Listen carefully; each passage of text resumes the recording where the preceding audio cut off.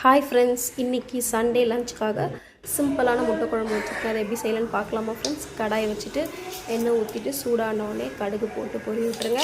Next ஒரு 4-5 பல்லு பூண்டு எடுத்து கீரி போட்டுக்கோங்க. நெக்ஸ்ட்டு ஒரு 2 பச்சை மிளகாவை கீரி போட்டுக்கோங்க. கொஞ்சோண்டு கருவேப்பிலை போட்டுக்கோங்க. ஒரு 2 வெங்காயத்தை நல்லா பொடியாக நறுக்கி அதில் போட்டு நல்லா வதங்க விடுங்க. நல்லா வதங்கினா குழம்பு நல்லா டேஸ்ட்டாக இருக்கும். நல்லா வதங்க விட்டுட்டு ஒரு 2 தக்காளியை பொடி பொடியாக கட் பண்ணி அதையே சேர்த்துக்கோங்க. குழம்புக்கு தேவையான அளவு உப்பு போட்டுக்கோங்க. இப்போவே நல்லா தக்காளி நல்லா வதங்கட்டும். நல்லா வதங்கி வந்தால் குழம்பு நல்லா டேஸ்ட் இருக்கும்.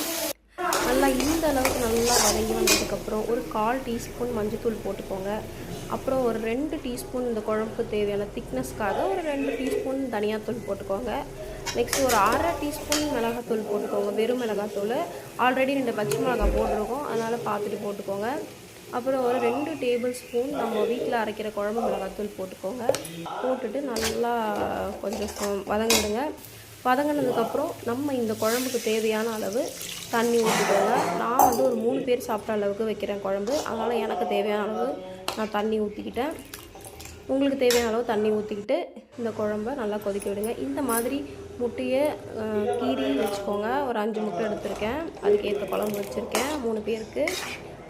நல்லா கொதிக்க விட்டதுக்கப்புறம் இந்த முட்டையை வந்து பாதி கொதித்ததுக்கப்புறம் முட்டையை போட்டுருங்க. நல்லா கொதிக்க விடுங்க, அப்போ தான் நல்லாயிருக்கும். நெக்ஸ்ட்டு குழம்பு வச்சதுக்கப்புறம் உடனே சாப்பிடாம கொஞ்சம் விட்டுட்டு சாப்பிடுங்க. நல்லா சூப்பராக இருக்கும். ஒரு 10 நிமிஷம் ஊற விட்டு சாப்பிடுங்க.